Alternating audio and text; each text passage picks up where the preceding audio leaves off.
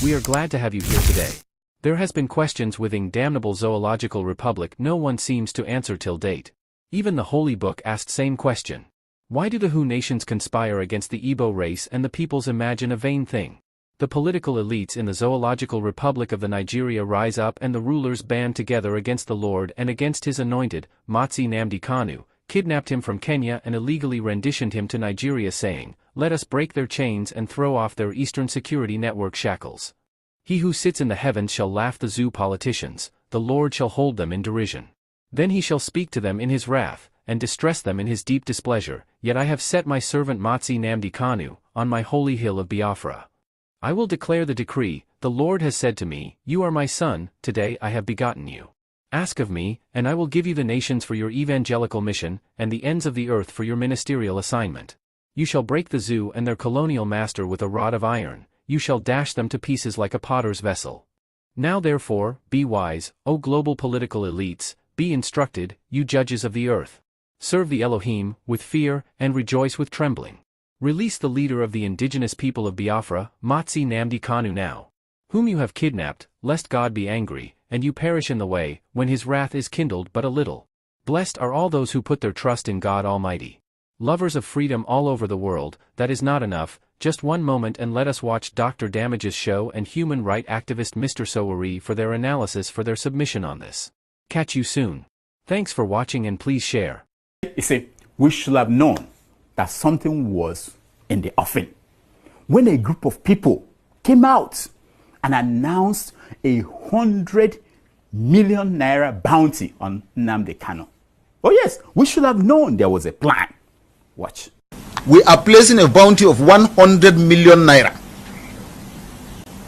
We are placing a bounty of 100 million naira as an offer to anyone who can produce Nnamdi Kanu alive. Yeah.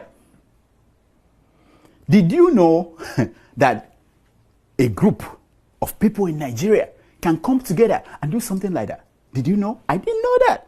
I didn't know it's possible. That is lesson number 1. Write it down. You learn from the North. You know, they were emphatic about how they wanted Nnamdi Kanu arrested. Play it out. Please take note. Whoever can produce Nnamdi Kanu alive, hale and hearty, uninjured. Yes, baby. And that was exactly how Nnamdi Kanu was produced in court. Here is the next thing the man said. Play. For onward delivery to security agencies for his continuous prosecution. Yes. Next time another shekau rises in the North and starts burning down churches and destroying businesses of people from the South, instead of praying for God to intervene, people should place a bounty on his head.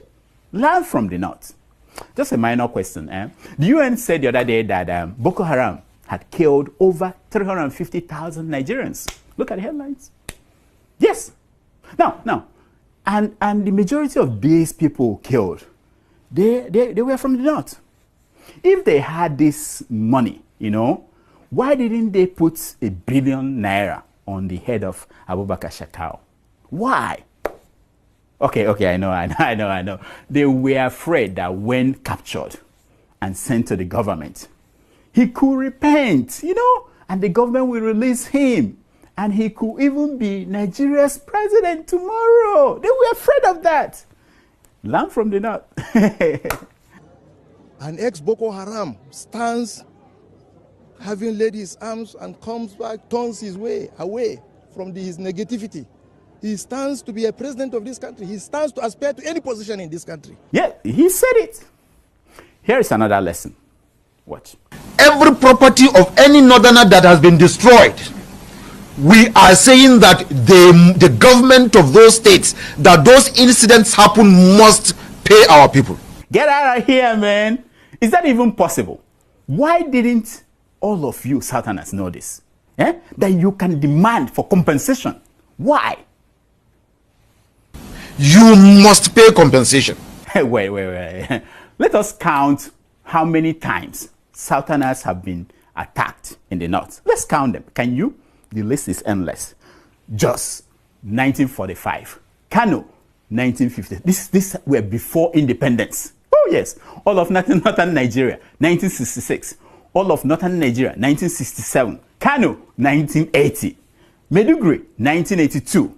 Jimate, 1984. Gombe, 1985. Kaduna and Kafanchan, 1991. Bauchi, Katsina and Kano, 1999. Zango Kataf, 1992. Bauchi, Katsina and Kano, 1991.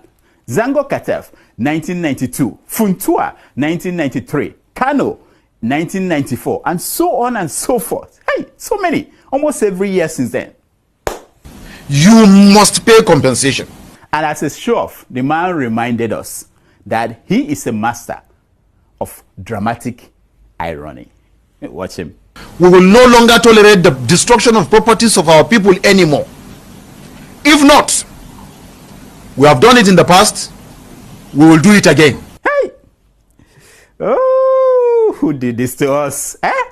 Who did it to us? Well, what you must know is that Nnamdi Kanu is being held hostage on behalf of the famed unity of Nigeria. That's what it's all about. It's as simple as that. If you mention his name in certain circles, they don't want to hear it because they feel like he threatens the real estate called Nigeria. And his Igbo makes it worse because Nigeria's DNA hates the Igbo for attempting, in the 60s and, towards the end of the 70s, to leave a country they said is no longer favorable to their existence. But I keep saying, and I will repeat here again, is there any Nigerian out there in their majority who has not mentally seceded from Nigeria? Not many. That's why people are living in droves. Each time you get on a plane leaving this country is full, each time it's coming back, probably full too, but it is those who are coming back to pack their things that are coming back. That's the way I describe it. But the truth is that Nnamdi Kanu has been held hostage. He was abducted from Kenya, extraordinary rendition. The fact that he's kidnapped from Kenya could not be explained shows that any judicial pronouncement or processes after that is null and void. You cannot go and kidnap somebody and bring them before a court. And the courts have made it very clear, even up to the Supreme Court, that he did not jump bail. It was the military that went to his house to kill people, and then he escaped. And now you have brought him back, you ought to respect and restore his bail. That's what I told his lawyers. Why are you applying for bail again? Because the Supreme Court made all the pronouncements except releasing him. And I think it was because they were afraid. And that's why I said he's a hostage to this country. And like you rightly said, there are other people who have made even more egregious pronouncements and fought and carried arms in this country. And you have not treated them the same way because they're not Nnamdi Kanu's, their name don't sound East.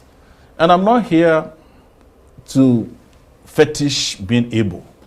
But the reality is that they are not treated fairly. And Nnamdi Kanu is part of the reason why that is clear to everybody. Right. And by the way, I must also reveal here that there are some Igbo elites who are behind this. Whenever there's a crime of conspiracy against freedom fighters, there are people inside and outside who are working together.